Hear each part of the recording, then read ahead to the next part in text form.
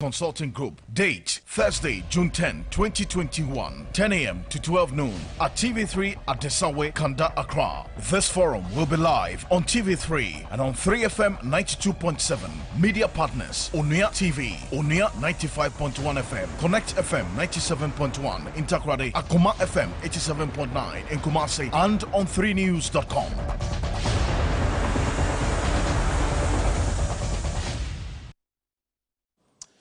Good morning, ladies and gentlemen, and welcome to this all-important conversation here on TV3. Now, just over a month ago, Ghanaian Twitter users woke up to a tweet which generated more than just 28-word tweet by user Kali J, and just under 24 hours, over 240,000 tweets had been made with the same hashtag, Fix the Country. A tweet on May 3, 2021 read, and I quote, "After national service, plenty people I know day house because them no get jobs. Why should it be so? Are you educating people to go and sit at home? Question mark. Fix the country." Dominant in the sentiment shared on Twitter were young people, youth, unemployment, dilapidated health system, skyrocketing home renting structure, poor road networks, bad roads, amongst others. The next few days, we'll see online movement move on to traditional media and awaken the consciousness of Ghanaians to both their daily and perennial challenges that we're faced with. Now, this strong online advocacy engineered by young people for the whole country was met with some counter-government responses with analysis and some descriptions as though we're being insensitive. Now, this morning, we at Media Journal have put together this public forum to bring together young people and thought leaders to diagnose the problems, the challenges we're faced with, and proffer solutions in these top 5 areas, which, according to Afrobarometer surveys, are the topmost problems that Ghanaian people want government to address. 1, unemployment. 2, education. 3, crime. 4, health. And the 5th one, security and corruption. Our speakers will answer the question, what is the problem with these particular sectors chosen, and what are the solutions? The focus is the solutions and the way forward. We're going to be joined via Zoom by some of our guests and special session with groups such as Occupy Ghana, One Ghana Movement, and the Fix the Country Movement. We're doing this on the back of what they started. Join us on our social media platforms. We're live because this is a conversation of the people and for the people. This is also live on 3FM 92.7, streaming on 3news.com. We're live on TV3 Ghana on Facebook and DSTV channel 279. So you're welcome.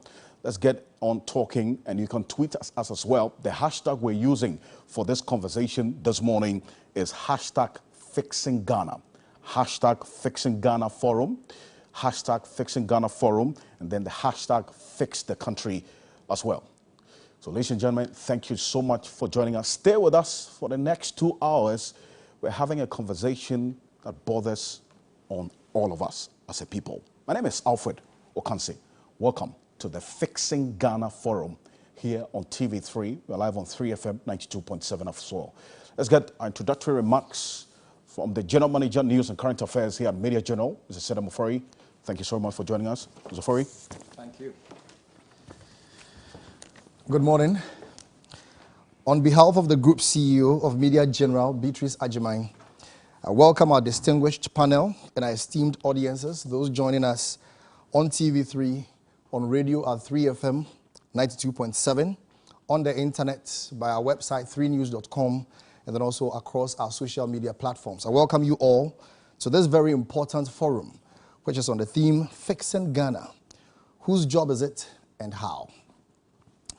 I think it is quite obvious that today's forum has been inspired by the increasing spate of social agitations in Ghana, especially among the youth who feel dissatisfied with the state of affairs as regards access to jobs and livelihood opportunities, access to quality and affordable education, human and environmental security, the perceived lack of candor in government, and the pervasive culture of impunity in public office.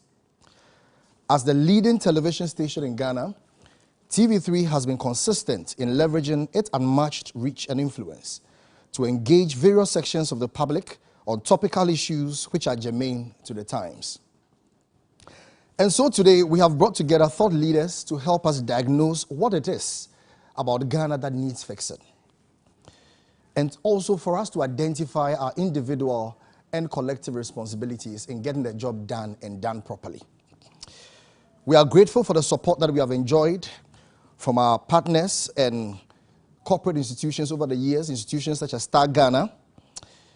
They have helped us to have national dialogues of this nature, and we are appealing to others to join hands with us to extend this platform for critical and constructive conversations about solving the common problems that confront us all. Again, I wish to thank you all for making time to be part of this program. Let us be candid, let us be truthful, let us be citizens, and above all, let us all join hands to fix Ghana. Thank you very much. Thank you very much. Thank you very much, Mr. Sedem Ofori. He is the General Manager, News and Current Affairs here at Media General. Unfortunately, we don't have an in-studio audience. I would have put my hands together for you anyway. But thank you very much for this. Being candid, being straightforward, and making sure that we speak to the issues as we have it. And as we have acknowledged, if there's some deficiency in our democracy, we cannot keep pretending as if all is well and they keep doing the same things and expect different results. This is the conversation that we will have this morning. I'm going to introduce our guests who are going to help us have this all-important conversation with you, the Ghanaian people. Now, Dr. Ishmael Norman is the president and CEO of the Institute of Security, Disaster and Emergency Studies. He's joined us as well for this. Doc, welcome. Thank you so much for making the time to be with us. And he's going to be speaking on issues of security and matters arising. Mame Awonado Kanyerige is a consultant, Black Ridge Consulting Group. Mame, thank you so much. Thank you for having me. For making the time to be with us. I've also been joined in here by Professor Bafwa Jimendia. He's a former United Nations Senior Governance Advisor. He is an Associate Executive Director of the Ghana Center for Democratic Development, CDD, and many other portfolios that he has held and his contribution to developing this country as well. Manasseh Azure Awone will be joining us on Zoom. He is the Editor-in-Chief of the Fourth Estate. He's a renowned investigative journalist, also adding on his thoughts on the fight against corruption, journalists, and a staunch anti-corruption crusader as well. So, this is how the structure for today's conversation will be. We'll have our guests giving us 15 minutes, their opening remarks. We'll have an engagement, and for those of you who are going to join us on Zoom as well, we'll have a direct connection with our guest in studio, ask them the direct questions. So keep your tweets coming, because we want to be as interactive as possible. The hashtag we're using is Fixing Ghana Forum. Fixing Ghana Forum, and the hashtag Fix the Country. Hashtag Fix the Country. We'll start off with our first presentation by Dr. Ishmael Norman, who's the President and CEO of Institute of Security, Disaster and Emergency Studies, speaking on the security situation in the country. Doc, please. Thank you. Sir. Give me one moment. Wonderful. While he does that, it will be appropriate. Just the three of us in the studio, though. But let's put our hands together for them. Thank you. Thank you so much, Doc. And for you, our audience as well, thank you for connecting with us. Dr. Ishmael Norman, please. Thank you very much. Right. The goal of national security is to prevent, defeat, mitigate, and subdue internal and external actors from harming the people of Ghana and its way of life, its economy, and its relationships with its neighbors and partners. To this extent, Ghana's national security is in good hands because the majority of the people of Ghana feel safe and protected from both internal and external aggressors.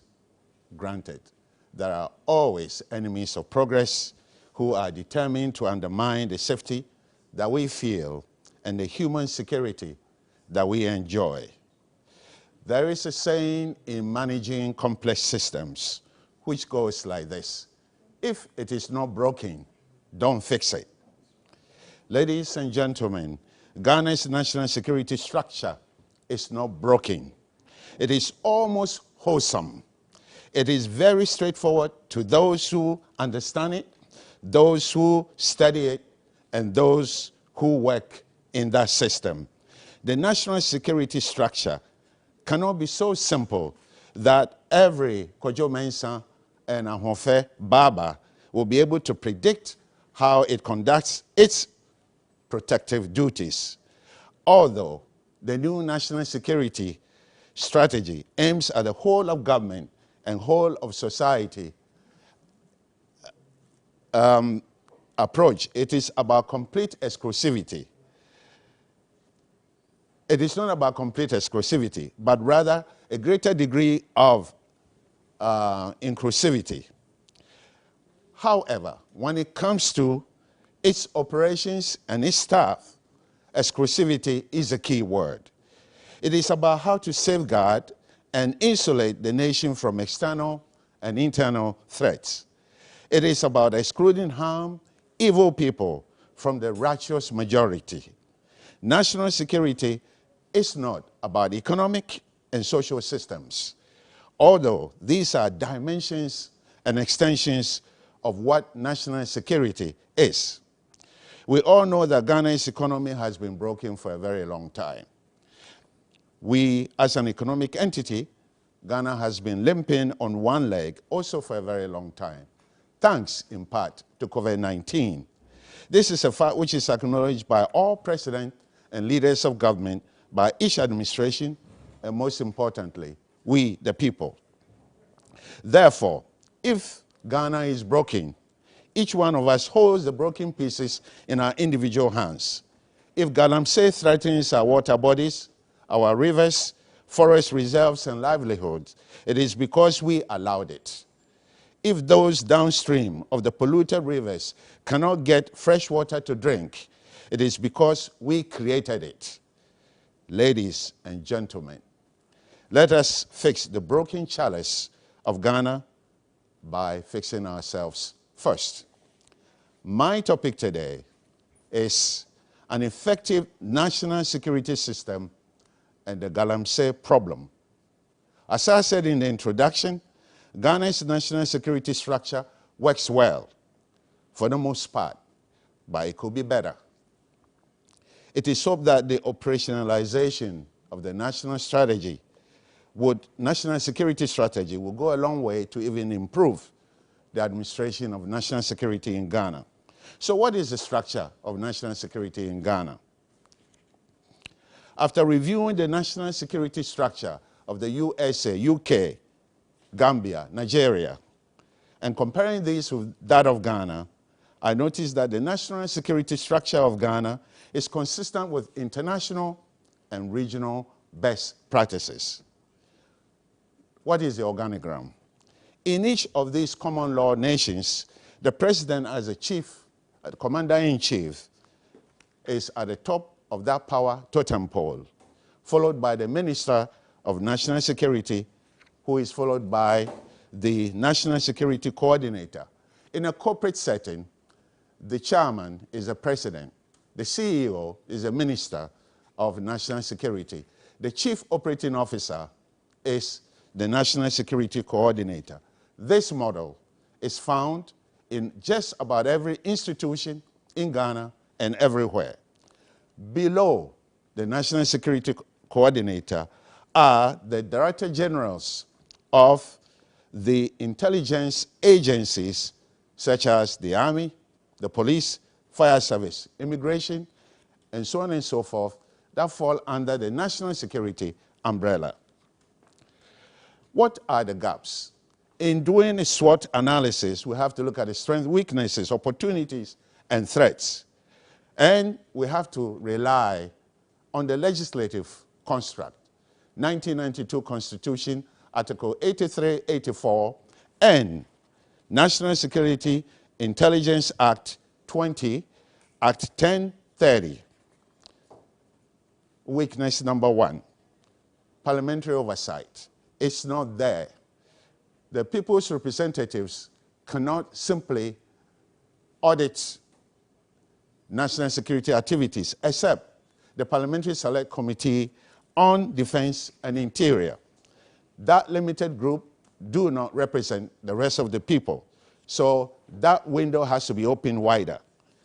Coordination among the Joint Intelligence Committee needs further strengthening for deeper interagency cooperation amongst the intelligence agencies to reduce politics, internal politics, and infighting. Operational difficulties. Conducting election monitoring defeats the idea of coordination by national security. At the street level, the cadre or the staff of national security do not show professionalism. So it's a big weakness. And they are ready to announce to the whole world that they are operatives of national security. That is poor. That is primitive.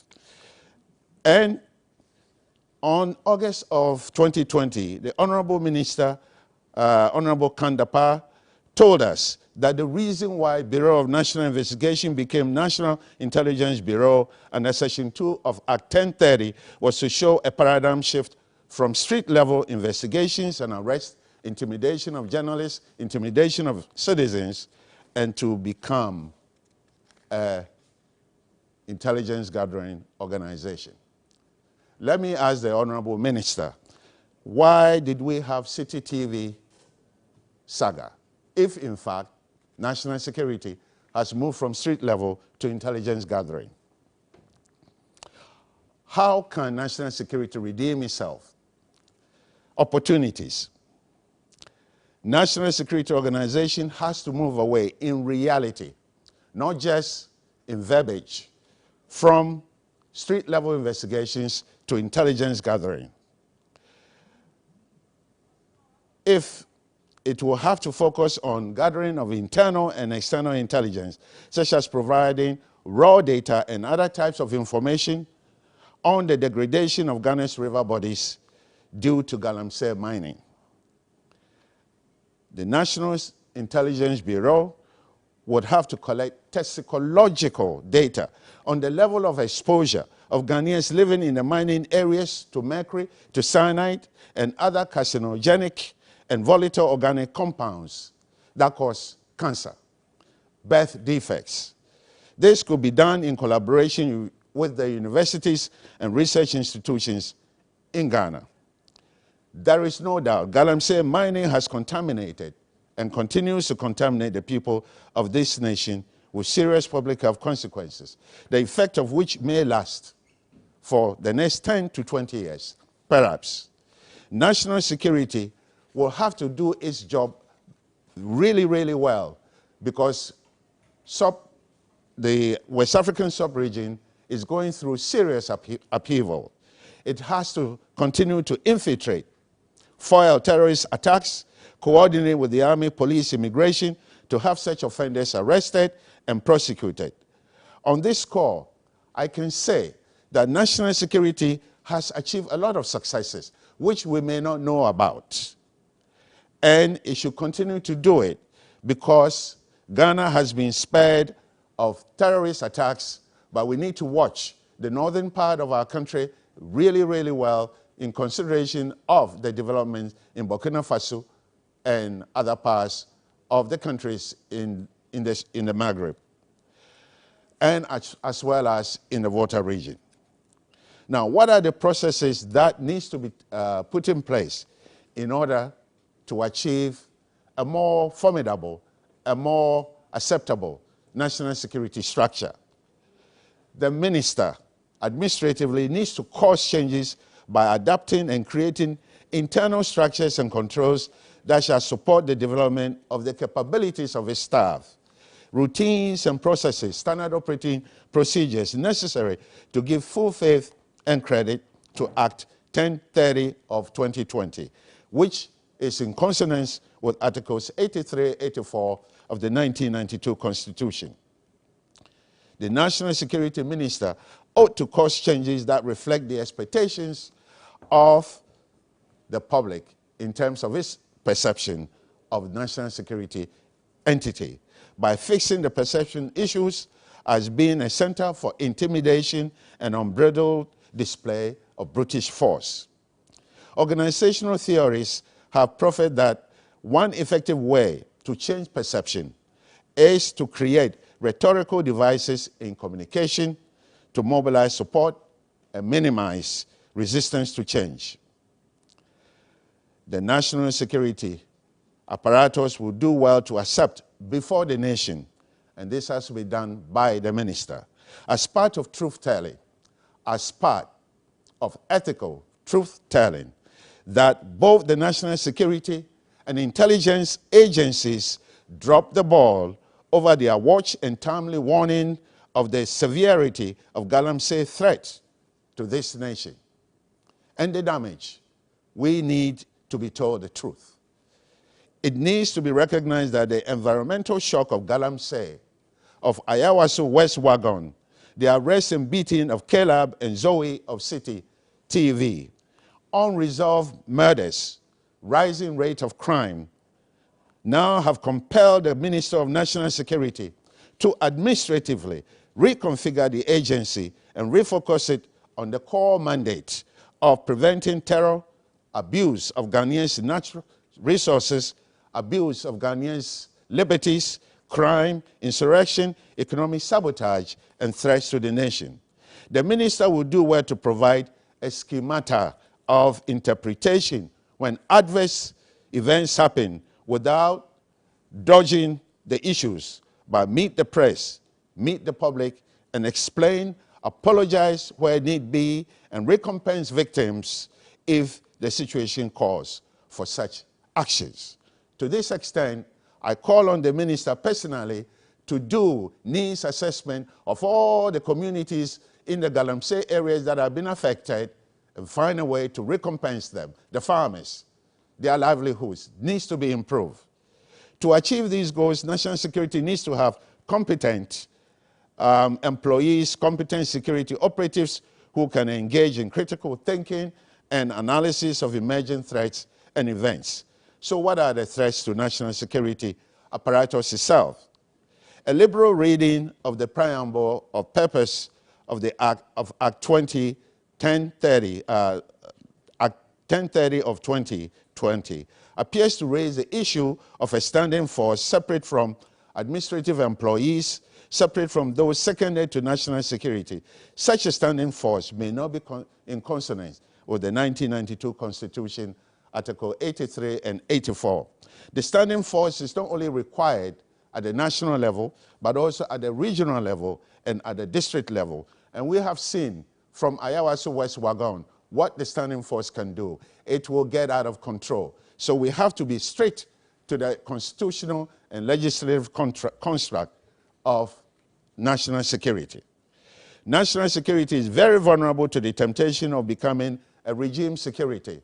This has been captured by the national security strategy, so they are aware of the vulnerability that they face in the face of power. They have to do everything possible to minimize the influences of power on their operation. Another defect is the confusion of the use of terms. Section 10 and 11 of Act 1030 label what should have been the composition of the Emergency Operating Center or members of the EOC as at their meetings as the council. In conclusion, I think we Ghanaians tend to frighten ourselves on many occasions. It appears we don't accept that God has given this country so much that we have to be thankful for. Although it makes sense to be vigilant, to raise alarm when we see danger coming, our national security structure is probably the best that it can be and should be, and we should be proud of it, considering all the upheavals in the West African sub-region. I thank you. Thank you very much. Wow. Dr. Ishmael Norman never fails to deliver expert opinion and analysis of the country's security situation diagnosed by the expert.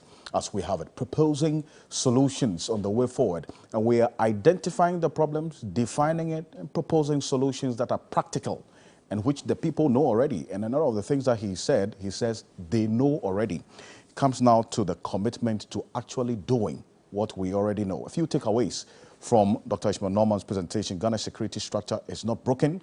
It cannot be so simple for everyone else to understand. We have the structure that is probably the best as compared to our peers in the sub-region and indeed on the continent. Ghana is broken. If Ghana is broken, each one of us holds a piece of the broken pieces in our hands. And that's why we all have a role to play in fixing the broken channels of Ghana collectively. Also, he made the point that national security has to move from street level to intelligence gathering in reality and not in text or in word.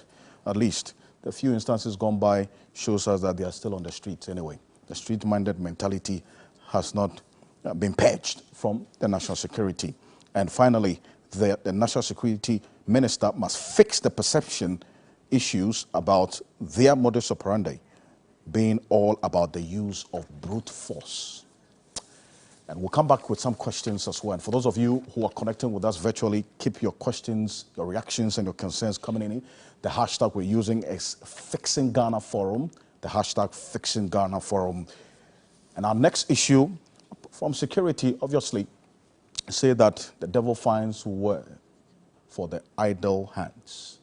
To have an increasing number of idle youth, who certainly are at risk of increasing rate of crime, as we're saying. Youth unemployment and crime. Mame Awenado Kanyerege is a consultant, Blackridge Consulting Group, speaking to us on us. Thank you very much, Mame. Please, let's put our hands together for Mame again. But before Mame comes, let me just acknowledge the presence of Manasseh Alzure Awuni. I earlier indicated he was going to join us via Zoom, but what a surprise. He's here. Manasseh, welcome. Thank you very much. Wonderful. Please. I'll try to keep this as short and snappy as possible. It's very interesting. When I was informed that I was speaking about youth unemployment, I forgot actually that I had actually faced it myself. And so I'm speaking to something that hits home, something that I can understand. So when people cry that we should fix Ghana and they say that they are tired and they are fed up, I can fully understand and relate and empathize. I'll just quickly, before I even say what the solutions and how this can be fixed. When you talk about youth unemployment, if you look at data, it talks about, the World Bank talks about the fact that unemployment in Ghana, in Ghana and specifically, is 12%. So youth unemployment is 12%, and underemployment is over 50%. Thank God the consensus is going to be happening, so maybe we'll get more data as a result. But unemployment and underemployment are two different things. So unemployment, you don't have a job, you're looking for a job. Underemployment is when people are in jobs where their skills are not being utilized or they are being paid very low. I came to Ghana in 2017, actually 2016, but 2017 there. And I came with 3 degrees, excited I was about to change the world and get the best job ever and make as much money as I could. And I came to Ghana and I had no job for 2 years. I was underemployed. I earned 600 cedis a month teaching French part-time. Someone told me, oh, go and work at the bank. And I said, look, this bank, I'm not going to lie to you. I don't like numbers. That is not my area of expertise. I studied international trade law. And so I came with an MPhil. I had a postgraduate degree and postgraduate honors degree in international relations and politics, and an undergraduate degree in psychology. And I'll tell you that obviously even at that time, mental health was not a thing. Somebody is not even, my sister has a mental health background, she's a therapist. So even for her, when she came to Ghana, I was like, what are you going to do with a mental health degree? Because people would rather go to church. And because mental health is only limited to the idea of something that is spiritual, not necessarily the fact that the same way you take care of your body is how you must take care of your mind. So there are many young people who have skills but are underemployed. They are working in spaces that are not utilizing their gifts and their skills. So to speak about unemployment and what the solution would be, before I want to talk about what I actually feel and I propose to help curb the issues of crime that could come up as a result, if you look at, there are some proposed solutions, and one of the key things is to align formal education programs and skills with development initiatives in context of a fast-changing labor market. So the labor market is changing drastically, and you need to think of how do you create your formal education, have programs that incorporate the skills that are changing, are needed in the market. So one thing is, I was in the University of Cape Town, so I got my MPhil degree from, and the South African government will always pump money into tertiary education programs, looking at what the need was for the economy. So let's say they look at, okay, fine, in the next 5 years, we're going to need engineers. So you think, okay, let's pump more money into the engineering program to give more funding there. Or let's say, for example, Ghana, we need more farmers that are skilled. What you do is that you begin to pump more money to get people to go and study farming for free. Because obviously people want to go to school, but they're thinking, hey, there's a scholarship to go and learn farming, let me go do that. So government begins to look at the needs in the society and begins to make sure formal education is being shaped to solve that problem. The other thing is partner with private sector, such as involving employers in the design of training curricula and introducing certifications for occupational standards in order to adapt to the future of work. So we have so many big companies in Ghana. We have Coca-Cola, we have manufacturing companies, we have law firms. How do you begin to liaise with these people to be able to design curricula and programs in the educational system that will enable your young people to get work when they are done? Because the same people say you don't have work experience, come back later. You need 10 years work experience. Where do I get 10 years work experience when I'm at the age of 25, 24? But at the end of the day, also, the thing is about giving people a chance. And if your educational system is training people to do that, these companies can take them on right after school because they would have gotten some form of experience through the design programs and also even through internship that they can have with these companies. The other thing I'll say is integrate pre-employment support activities as part of the country's current educational system to better prepare young people for the transition to work. So pre-employment support is what will be the key skills people need. You are employing a lot of young people who are actually working right now, and they say they have a master's degree. Ask them to even do a letter. And you are like, my goodness, what is going on here? So people are struggling. They don't have basic skills, even interpersonal skills or basic things of how to even handle pressure or stress. People are very entitled. Where will I go? I want lunch and stuff like that. So even the mentalities of how do you prepare young people for work, the workspace. Another thing I spoke about is promote social inclusion initiatives to improve access to credit and management training for women entrepreneurs, as well as improve both infrastructure and equipment available for persons living with disabilities and ensure that no one is left behind. One thing I'll say is this: we know that our informal sector is actually dominated a lot by women and SMEs. Ghana right now, the informal sector caters to almost 70 to maybe 80% of jobs in Ghana. And so one of the key things is that we need to look at, and who are in these spaces is women. So how do we support women in businesses, and how do we support SMEs? Because SMEs actually, based on data, account for employment. I mean, they give jobs to over 6% of the population. So how do we support these small businesses in the informal sector? The last thing I want to talk about is that there's a need for greater collaboration among different stakeholders to reduce duplication and fragmentation of youth employment programs. I've noticed that in Ghana, or even like in different parts of the world, whenever there's an initiative, everybody has different ideas. Okay, so we have one group fighting for, so many groups fighting for the same thing. How do we have a collaboration so that we are working together, not competing or working against each other, but working together for the same goals? But what do I propose? I personally think that one of the critical ages, if you look at Ghana's population, they say that over 57% of our population is actually below the age of 25. And I want to put this challenge to the government. Believe me that the greatest resource that we have in Ghana is not our gold, it's not the oil, it is not any natural resources, it's the human brain. Africans are some of the most dynamic, Ghanaians especially, I'll say, because I'm a Ghanaian, dynamic individuals you would meet in terms of talent and skills. But we are not investing in the real gold that we have here. Singapore will tell you we don't have any natural resource, so we invest in education, the human brain. When you look at the diaspora and what Ghanaians are contributing overseas to economies, whether it's Europe or the US, it's in the millions. And you're asking yourself, so what was wrong? Was it the problem, the location? Is the problem the person? No, we need to create a system and an environment that allows people to really find their God-given skills. And why do I say this? I propose a 5-year accelerator program that looks at people from the age of 15 to 25. You're not looking at whether it's GSS or SS or anything. We're looking at the age range because it's very critical. In India, for example, people start specializing in their skills. They have engineering programs that start from GSS. They don't wait to SS. So what was happening was that the Ghanaians that came there to study engineering for their undergrad, they couldn't compete because some of the things that they were learning, the kids had learned in primary school, they had learned in SS. So then the engineering programs were so intense. And you see that in India, they drive their own cars. They are driving, one of our biggest trade partners as Ghana is India. The manufacturing, look at the Calipo, all these big manufacturing companies on the Sprintex Road. So you're asking yourself that what are we supposed to do? Let us look at a 5-year intensive program, because now, when I studied the industrialization process of China, it began as early as 1911. But they only got it right in 1978. They began the process. And the focus was now shifted to see how they could help the grassroots, those at the bottom. So I'm saying that we are not starting from where China started from. We're not starting from where Europe started from. These are people who started years ago. But one thing they didn't have at the time, they didn't have technology. We have technology now.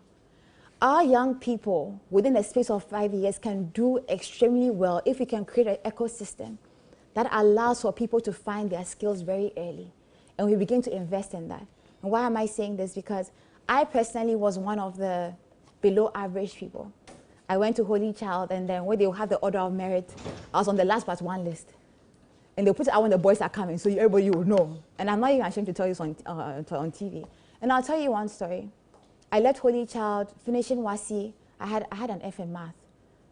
And I knew that there was no hope for me because I had failed. And I was going to be one of the normal Ghanaians walking around trying to do Second World War, Third World War. I wrote NOVDEC and I wrote WASI again. So I'll tell you that whether it's World War and Second World War, I faced that. And when I finished, I got a scholarship. I went to India.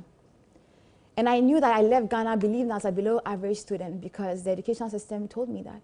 The WASI told me that. I get to India and I found myself doing better than all the Indians, even their own programs. I was doing Indian politics at a point in time, and I was writing Indian names that I myself didn't even know how to pronounce. And the Indians were asking, how does this African come and do this? Then it hit me from India. I graduated with a distinction from my degree. I moved on to University of Cape Town where I got my honors. I got a distinction there. I got a distinction in my law program. I didn't have a law background, I'll tell you this. It's not because I'm intelligent.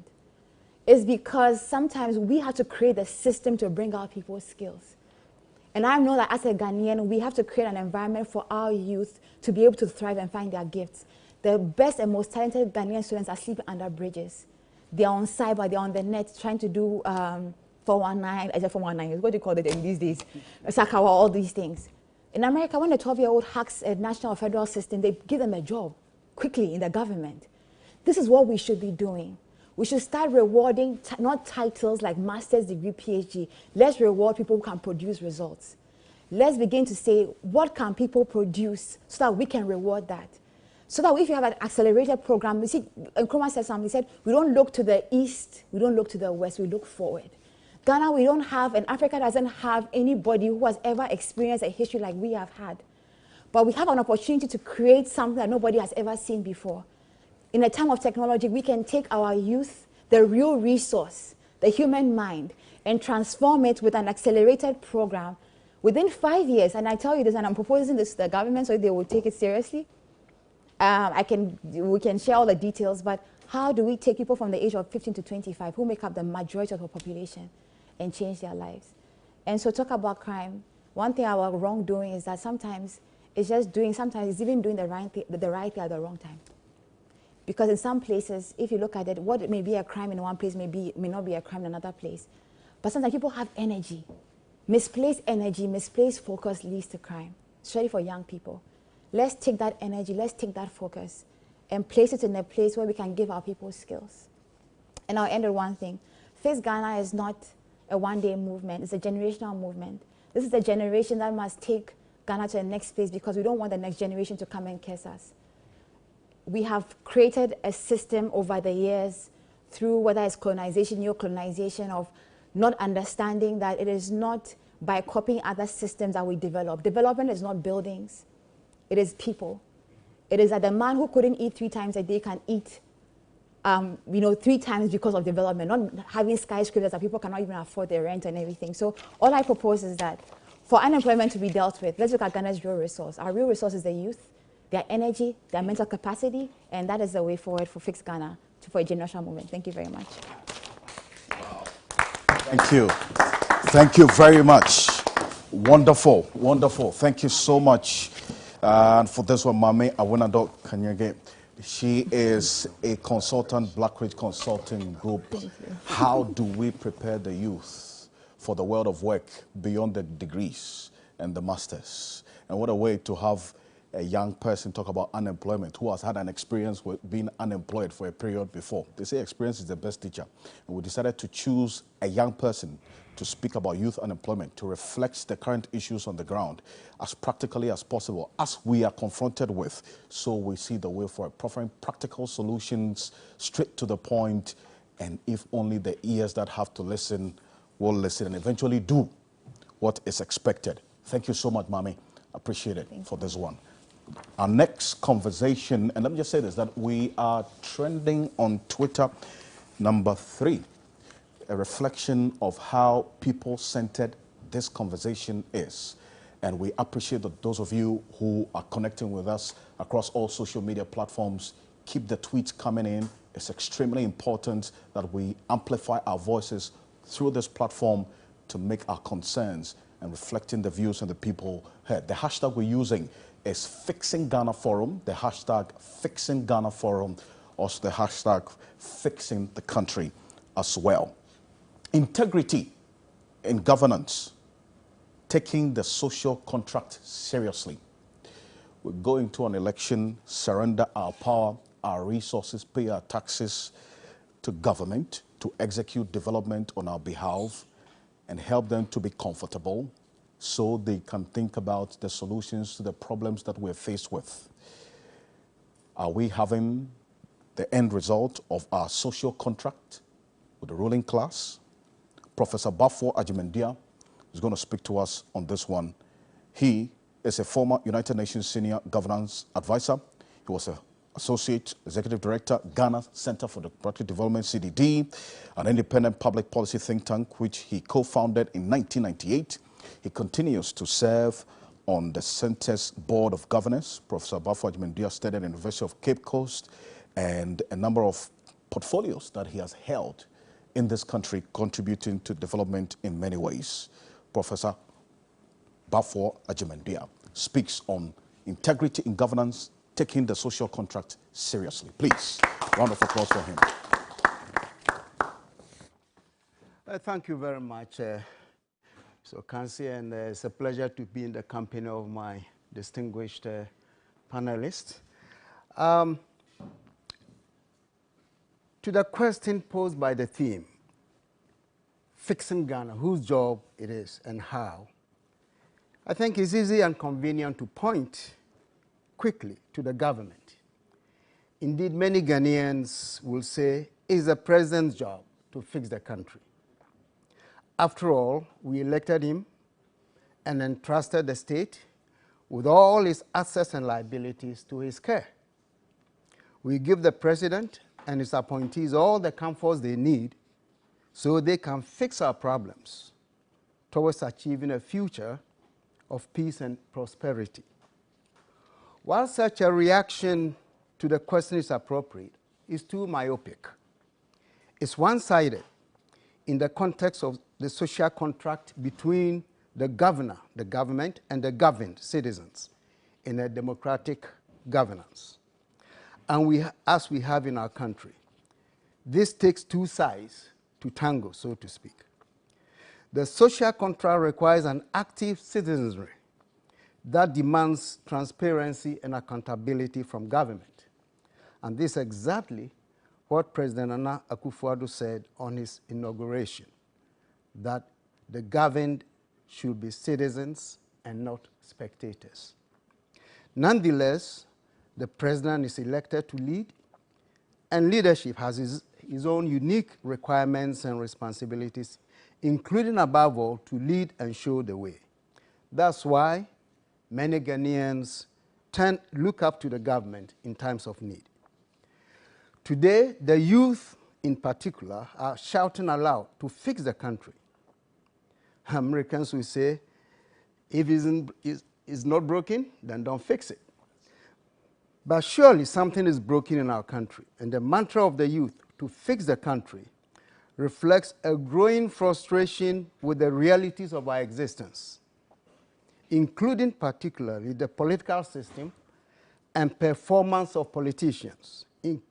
Also frustrating is an economy that is failing to give solace and hope for a better future. I think that the demands of the Fix the Country crusaders go beyond the incumbent president and his government. But of course, some actions and omissions of President Nana Akufo-Addo's government and his predecessors may have triggered the outcry. But the issues at stake are certainly fundamental and deep. In my view, the issues of Fix the Country relate to a political system that permits one party to monopolize power, the winner-takes-all syndrome, a system that condones exclusive rather than inclusive governance, a system that gives too much power and discretion to the executive, a system that continuously makes functional decentralization a mirage, a system that's incapable of enforcing transparency and accountability in managing our resources, and a political system that burdens citizens with state institutions that barely provide the needed services.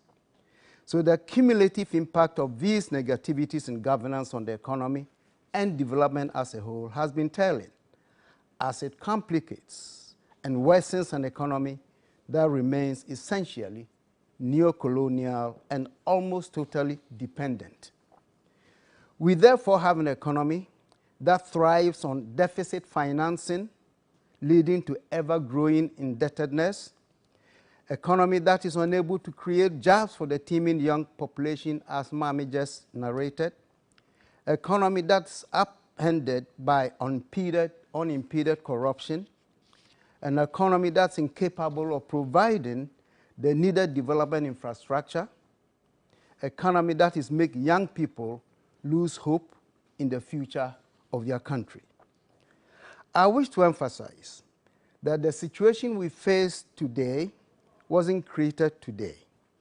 It's not the creation of President Akufo-Addo and his government. It began long ago and has encompassed all the leaderships and governments of this country that we have had. This uninspiring situation will continue until radical measures are taken to address the fundamental challenge of a dependent economy. Adding to and complicating the challenge of the economy is the Ghanaian attitude or behavior that increasingly appear to be devoid of any treasured values. Our communal core values that required honesty, selfishness, and achievement through hard work seem to have given way to hypocrisy, dishonesty, and selfishness. Rampant corruption, fraud, insincerity, and lies are the new normals at all levels of our society today, from politicians, judges, and legislators to the police, civil servants, and even hawkers on the street. These attitudes constitute a greater part of the problem we have to fix in order to bring hope and progress to the country. We need to nurture behaviors and attitudes that nurture patriotism and non-toxic nationalism. To be a patriot or nationalist is to love your country. And loving your country includes respecting the law and abiding by regulations so legitimately enacted. It also implies acting with integrity in relating to the state and fellow citizens. Perhaps it is on this question of integrity that most of us fall short. And I dare say this will be the priority in seeking to fix our country. In simple terms, integrity refers to the quality of being honest and having strong moral principles. It exemplifies a person who adheres to a code of moral or artistic values or virtues that denote incorruptibility. Integrity enables you to choose your thoughts and actions based on values rather than personal gains. The terms integrity and honesty could be alike, but as somebody has said, integrity is telling myself the truth. Honesty is telling the truth to others.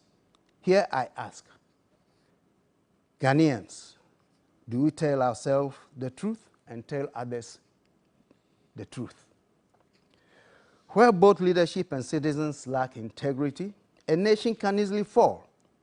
Just like in business, both management and workers must have integrity to make the business thrive.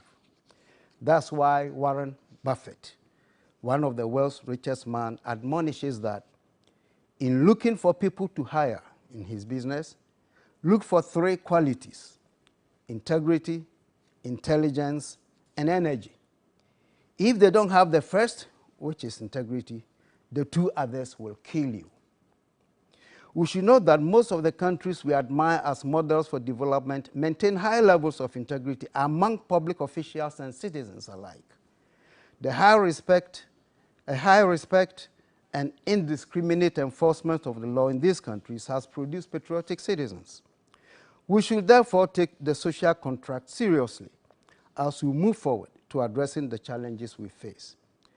There is nothing more urgent than reforming the political system in order to make our democracy work for us. I believe that the gradual erosion of confidence in the ability of democracy to develop or to deliver material goods could spell danger if we allow it to fester. Though the 92 Constitution has succeeded in securing the Fourth Republic, its reform is long overdue.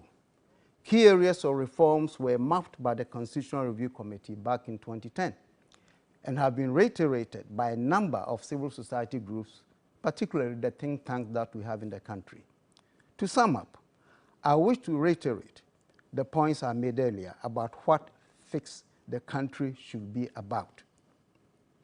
We should reform the Constitution to close the loopholes in our political systems that condone impunity, self-aggrandizement by political leaders, and ensure effective political accountability. We should reform the Constitution also to ensure that political leadership is selfless and imbued with integrity. In the reformed Constitution, we should seek an inclusive governance by doing away with the winner-takes-all system. The reformed Constitution should devolve power from the center to local assemblies to ensure effective local governance. The administrative decentralization we have achieved so far, I think, should give way, and it should include, rather, political and fiscal decentralization. I believe that democracy at the local level should be vibrant by allowing the election of local leaders. Our economic management should seek to restructure the Ghanaian economy, weaning it away from the dependency syndrome. Accordingly, the proposal to have Ghana beyond aid should be taken seriously. We should develop a long-term strategy for addressing the mounting joblessness. I think Mami has beautifully articulated that.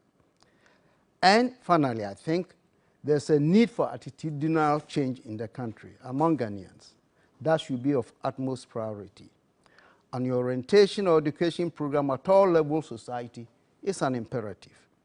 Finally, I leave with a statement by General Champong some 44 years ago when he was Ghana's head of state. Under pressure to resign, he told Ghanaians, and I quote, "I can go today and the SMC government can go, but the problems of the nation will still remain unless the people as a whole change from their greed, avarice, and other social evils that afflict us." This statement sounds so true today, so relevant, isn't it? So let's fix the country, ourselves, and our government. Thank you. Wonderful. Thank you so much, Professor Bafo Agyeman-Duah, talking on integrity in governance, taking the social contract seriously. What a way to put it. ensuring effective accountability, attitudinal change. We have a system of governance or politics that excludes inclusive governance and rather glorifies exclusive governance. Decentralization is a mirage in this current political structure that we have, even though we've been on a decentralization path for only God knows how long. And talk about the review of the Constitution, we've been on that path before. It's just that after the Constitutional Review Commission did its work, the recommendations in the white paper did not favor the politician. That's right. Who likes to hold on to power. That's right. At the center. And so the political will and the commitment to execute is missing. Right. Maybe that's where we need to move on to going forward. A radical measure needed to fix the country's fundamental problems as we are faced with. And let me say this, that we really do appreciate how inclusive this forum has been so far. And for the virtual audience, thousands of you who are watching us across the world, making us trend #1 as we speak. We are on Twitter trending #1 now. And thanks to you, our viewers out there, who are contributing to the conversation. A number of you, Financial Engineer says, fixing Ghana Forum. I'm simply loving Mami Awena submission. Factual, empirical, straight to the point, and well-delivered submission that most people can relate to. Devoid of long journal textbook theories, but commonsensical approach to the issues that we're faced with. Thank you, Mami. That's to you. This one here also coming through says, what an exquisite presentation by your guests on fixing the country. Thank you, TV3, for this. Should the 1992 Constitution of the Republic of Ghana be changed to help fix our country? Kojo Handsome is the one tweeting this one, obviously with the handsome text and tweet today. This one here from Prince Chate says, the proposal to have a Ghana Beyond Aid should be taken seriously. Thank you, Professor Bafo Ajimendia, on that one. Thank you.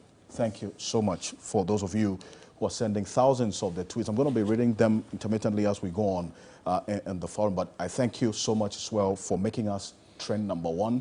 Keep the tweets coming in because we want to touch all the issues as practically as possible. Corruption.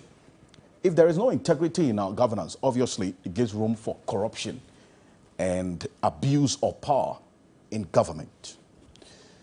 Man to talk about this has experienced it, he's seen it, he's investigated and uncovered it, even at the peril of his life. Manasseh Azure Awone is the editor-in-chief of the Fourth Estate. He's one of Ghana's foremost investigative journalists and a staunch anti-corruption crusader. Manasseh takes us up next. Please, let's put our hands together for Manasseh. Thank you very much. Thank you very much, Media General, for this all-important discussion. 2 days ago, I put up a post on Facebook, and the post said, there are hundreds of undeveloped Hudson Odois, untapped talents, wasting away across Ghana. And even though this was not political, I did not blame any political party. Quite a number of people said, well, why do you always want to blame the government for the problems of this country? Is it the government's responsibility to develop those talents? Those people may not have heard or read that in 2016, the government of China outdoored a strategy. And this strategy was to ensure that by 2050, China becomes a powerhouse in football. And so if the government of China would want to take steps to make the game popular, and as part of that strategy, it said that by 2020, about 50 million people, young and old, should be playing the game. Why should it be different when it comes to Ghana? And I think a champion's quote, which Prof read, if a champion had been alive today to read Lee Kuan Yew's From Third World to First World and realized how leadership could change a very hopeless country or island of a sort into one of the most prosperous places on earth, he might want to revise what he said at the time. Corruption and abuse of power in government. Whose duty is it to fix it? Let me start with a number of questions. If there is corruption in TV3 here, where we are holding this program, whose duty would it be to fix the corruption in TV3? Would it be the cleaners or the security guards or the reporters or the management of TV3 headed by the CEO? If there's corruption at Vodafone Ghana or if there's corruption at MTN Ghana, whose duty will it be to fix that corruption and abuse of power in those private entities? We all know whose duty it is to fix it. So when it comes to the Republic of Ghana and we have corruption and the abuse of power in government, the question is, whose duty is it to fix it? You cannot define corruption without leaving out the abuse of power. And so, if you don't have the power, you cannot abuse it. It is easy to say all Ghanaians are corrupt. And I once had a cause or reason to tell somebody that if you are corrupt, say that.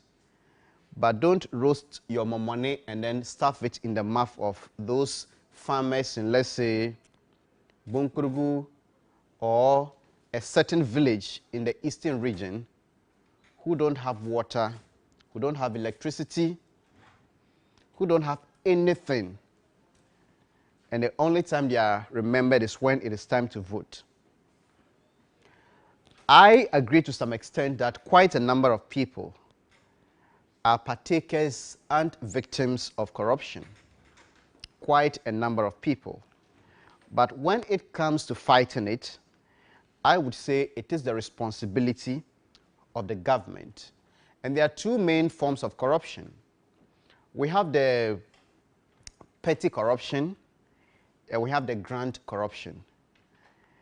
And both petty and grand corruptions are a result of a deficit in leadership. Today, if you go, for instance, to the DVLA, you can have your services rendered so quickly and you leave. But in those days, when you'd have to go and queue and spend days to register a vehicle, you would be compelled to pay a bribe. So if certain steps are taken at the level of leadership, we are going to have corruption. What necessitates is, it wouldn't be there in the first place for us to even want to say we are going to fight it. Now, I would want to talk about the corruption abuse of power in government. And in this case, I'm talking about grand corruption. And this grand corruption in this country manifests itself in the way of procurement. If you take procurement out, there would not be grand corruption because almost every entity uses procurement as a way of perpetuating grand corruption. So if you ask me, whose duty is it to fix it? It is the duty of the government of Ghana, headed by the President of the Republic of Ghana, and currently that responsibility falls on one person, Nana Addo Dankwa Akufo-Addo, who in 2016 came begging us to give him the opportunity to fix it. I was here, I was a journalist, and we covered it. I remember I even wrote an article saying, tell us what you have to do and stop begging. The next time I saw his statement saying that he would continue to beg because power belongs to Ghanaians. And that begging for power was not to tell us when to sleep or what to eat, but how to fix the country. The president and the government do not do this alone. They are supposed to do it through state institutions and agencies that they have the power over. We have the IOCO, we have the Office of the Special Prosecutor, we have SHRAJ, we have the Auditor General, and the security services and agencies. So the president doesn't need to be everywhere. He doesn't need to do everything on his own, but he can achieve this through these state institutions and state officials. We cannot fight corruption through the bottom-up approach. There may be certain things or problems that can be solved or resolved in that way. But when or if there is corruption in, let's say, TV3 here, and it's so endemic, you don't come to ask the cleaners, you don't ask the reporters, you don't ask the security guards to lead this fight. They may be in the majority, but their influence cannot curb corruption in this house. It has to take the CEO and management to institute policies and ensure that those policies are adhered to. And when I say the government and the president must fix corruption and abuse of power in the country, I'm not saying we should all fold our arms and then wait and blame them alone. But I've done investigative reporting for the past 10 years, and I can say that a lot of people are doing their part. But sometimes they get so discouraged when it gets to the point that the government has to act and it fails to act. Let me give you this example. In 2019, the Financial Forensic Unit of the Criminal Investigations Department of the Ghana Police Service submitted a docket to the Attorney General and Minister of Justice in this country. This docket contained evidence that more than 200 million Ghana cedis was paid to some companies to do some fumigation that was not done. And that was not all. There were already a number of contracts to do fumigations across the country. I had gone around the country, 53 municipal, metropolitan and district assemblies in the country, in all the 10 regions at the time, and gathered evidence. The police CID also traveled across the country and gathered evidence. They took statements, tried to get contracts which the people paying the money didn't even have copies of those contracts. No single official of the Ministry of Local Government could attest to the fact that work was done. They couldn't get a single official who supervised the work. But we paid over 200 million Ghana cedis. And so there was supposed to be prosecution. And that prosecution was never done. Nobody has been taken to court. And I'm talking about the Zoom Lion companies, and the minister at the time was Collins Dowda. So the question is, whose fault is it that nothing was done? The whistleblower who brought this to the attention of the journalist did his part. The journalist did his part by going around to investigate. The police CID did their part, and if there's any government official who tells me that that docket is not strong enough for prosecution, I'll call that person a liar, and there's a lot of evidence because I worked with the police CID even after my investigation, so I know what is contained in that document, and I've stated before that a first-year law student who understands the case can get conviction. So why is the government not acting? So everybody in the chain has done his or her part, but we are left with the Attorney General and the Minister of Justice to also act because they have the power to prosecute corruption cases. We may want to blame the Attorney General, but it may go beyond that. And I'm saying this because in 2017, the Ghana Integrity Initiative criticized President Akufo-Addo, who had gone to the Jospon group of companies to praise these people. That you are doing so well, keep it up. And at the time, the Ghana Integrity Initiative said that, look, these companies are being investigated for corruption. So if you go and you are praising them, urging them to keep it up, then your subordinates wouldn't have the strength to prosecute them.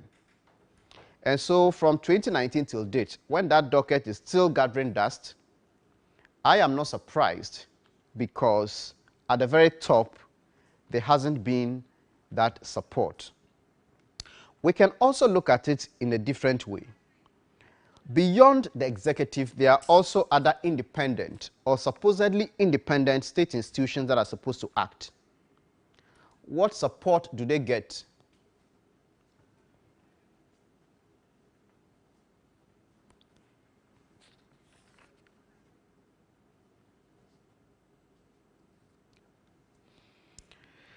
Yes. Beyond the executive arm of government, there are also independent or supposedly independent state institutions or officials that are supposed to act to fight corruption. We have the police, we have IOCO, we have the Auditor General, the Audit Service, and others. The question is, what kind of support do they get if they want to do their work without fear or favor? We know the fate of Daniel Yadomelevo, who has been, in the view of many Ghanaians, perhaps except the president and the presidency, the most effective Auditor General in the history of this country. He was targeted and hounded out of office. And the judiciary of this country was the accomplice in getting the Daniel Yadomelevo, the Auditor General, out of office. I have written extensively about the role of the judiciary, and it is one of the lowest points, in my view, in the fight against corruption in this country. So, if we are to defeat corruption, then we may need the power of the state. For us Ghanaians, as they often say, ordinary Ghanaians, with the mere mortals, ours is to mount the pressure. And what Fix the Country movement is doing is very commendable. But it must go beyond the few contractors or activists, so that when something happens, you find on social media, why is this group quiet? Why is this person not talking? Why is that person not talking? But we can all talk. I remember when the lockdown was about to begin, social media was awash with curses. We were cursing market women because they had inflated prices, some to the extent of increasing the prices by 100%. So if an olonka of Gary was 10 cedis, because there was a lockdown and there was a lot of demand, they started selling it at 20 cedis. We're all angry and cursing. But why don't we also get angry and curse when contracts that are awarded with our monies are so much inflated? In a Robin the Assembly's documentary in 2017, for instance, there was something I discovered which did not get the support of the general public.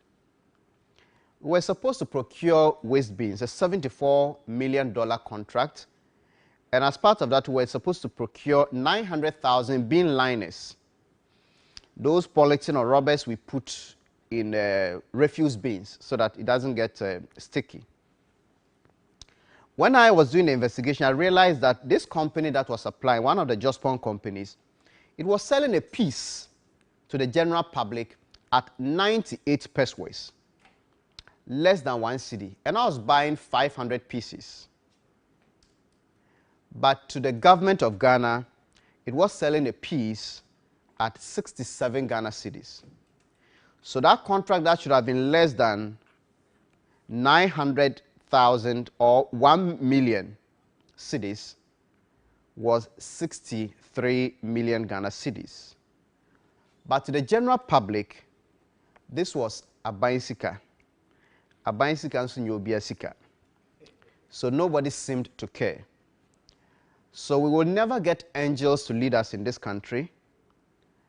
But if the citizens who vote the politicians into office will decide to keep quiet, then nothing will ever get done.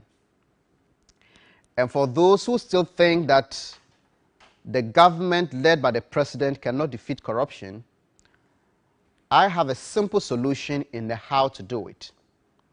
We saw a video of the Malawian president who sacked his minister for undertaking some travels with COVID-19 funds. The minister returned the funds, but he was sacked, and he said nobody would escape punishment. That is how it is done. If a minister of states is being prosecuted for corruption, the chief director wouldn't need any sermon, and those under the chief director wouldn't need any sermons. So if we are to fix Ghana, we all have a role to play, but the government, led by the president, must begin to show leadership. If DS was not important, then there wouldn't be the need to even vote at all. Thank you very much. Thank you. Thank you. Thank you very much, Manasseh Azure Awone there. And if the citizens who vote the people into power remain silent, the status quo will remain. And at least with what Manasseh, together with our guest here, Professor Bafo Agyemang-Duah, also we had Dr. Ishmael Norman and Mame Awinado Kanyerege have all pointed out there's some deficiency in our democracy that has to be addressed so that it can deliver to the expectations of the people. And we have a special Zoom session with some identifiable groups as well who have joined us right now on Zoom. Let me appreciate many of you who are tweeting at us at hashtag Fixing Ghana Forum, hashtag Fixing Ghana Forum.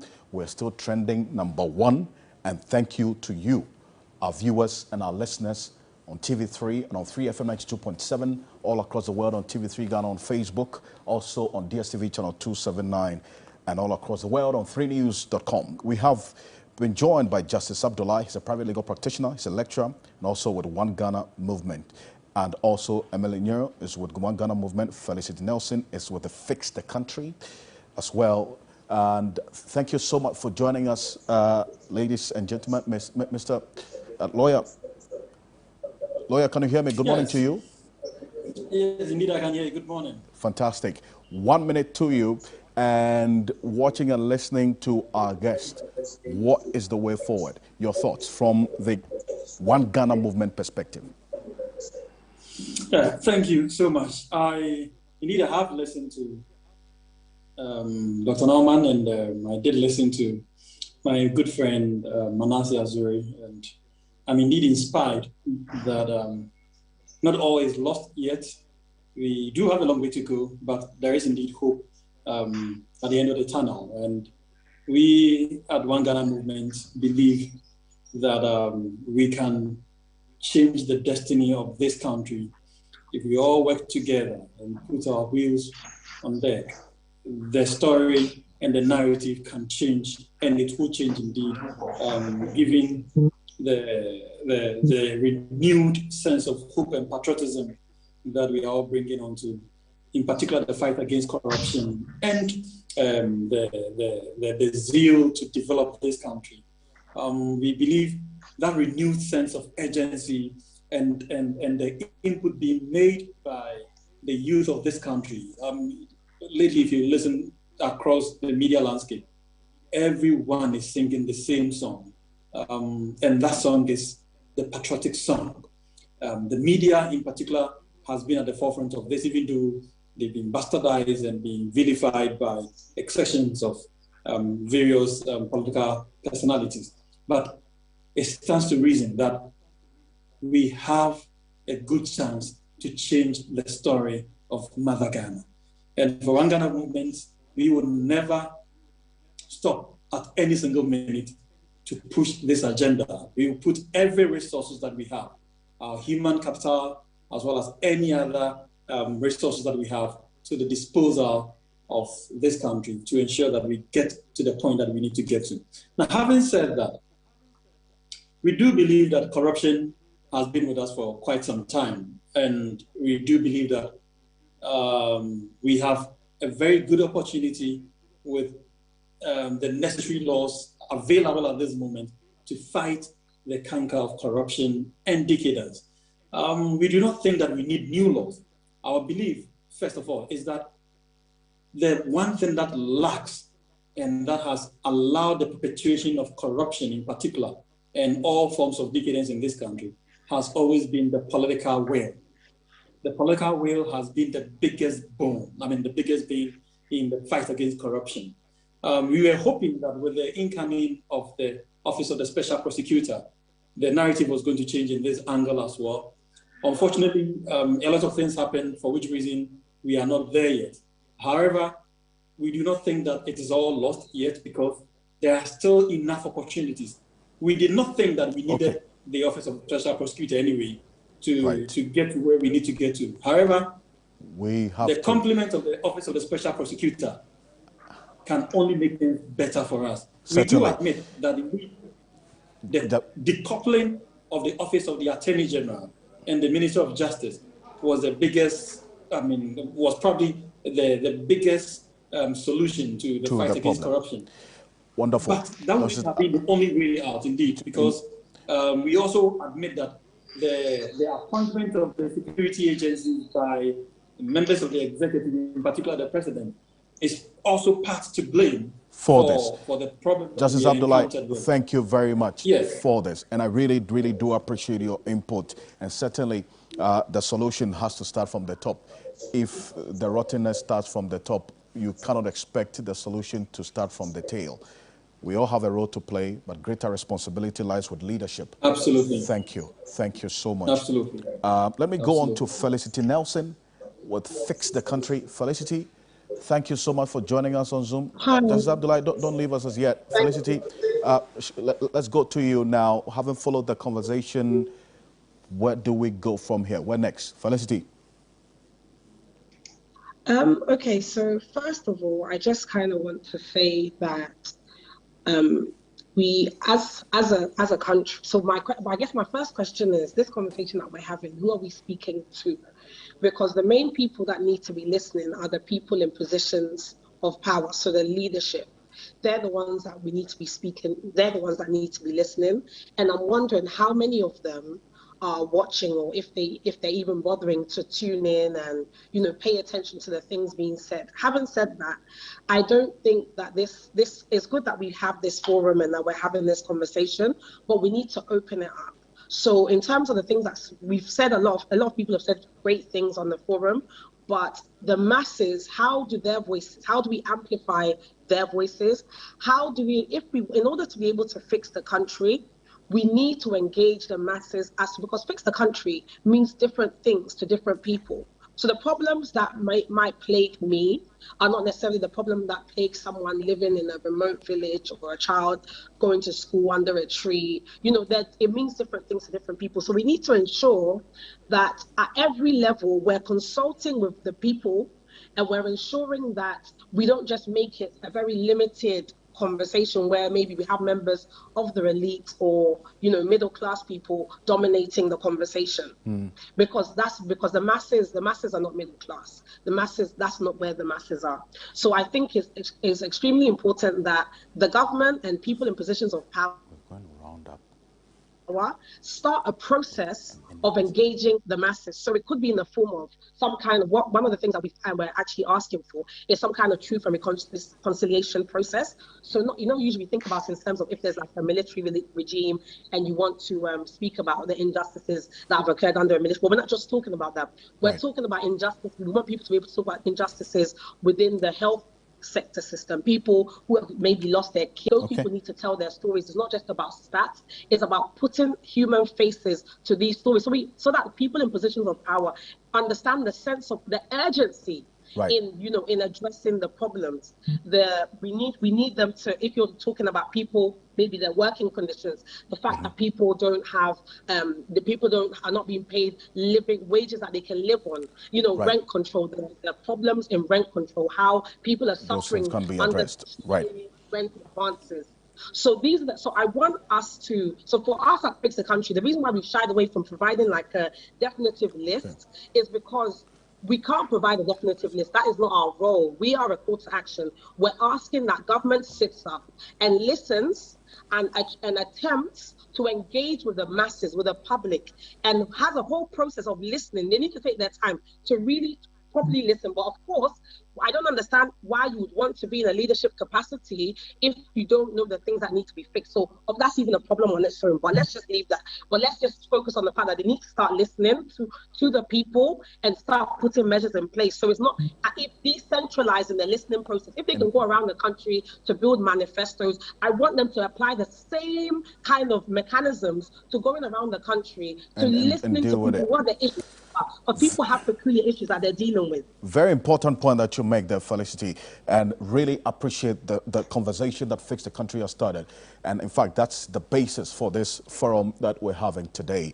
Really appreciate your efforts on this. Emily is with One Ghana Movement. Emily is joining us as well on Zoom, connecting with us. Emily, a minute Hi, for you, Alfred. and the way forward, going forward, your thoughts in a minute.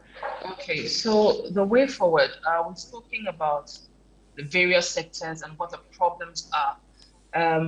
I want to look mostly at our unemployment. You know, what's the way forward? Mami gave a very robust speech on what our problems are in our education sector and how we should go about it. I think that one of our major problems is not being able to our education system not being able to match up our skills or not looking at practical aspects of it. So yes, a lot of people may have some degrees, a master's degree or 2 or 3, but the actual practical aspect of their education is totally lost on them. And those are some of the problems that we need to be able to solve, looking at how to fix the problem of the country.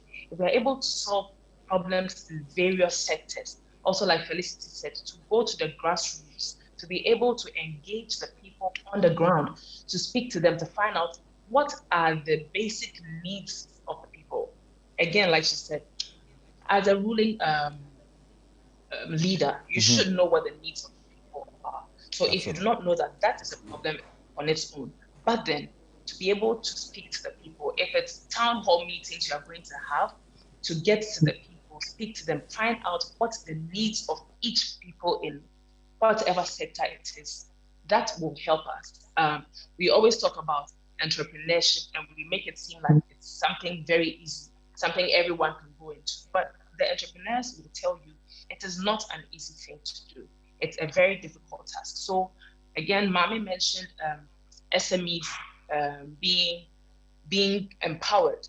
How are we going to empower these SMEs with the high tax rates and also with high interest rates with the loans in the banks? So all these are things that if you take all the sectors that we're spoken about, you look at healthcare, you look at security.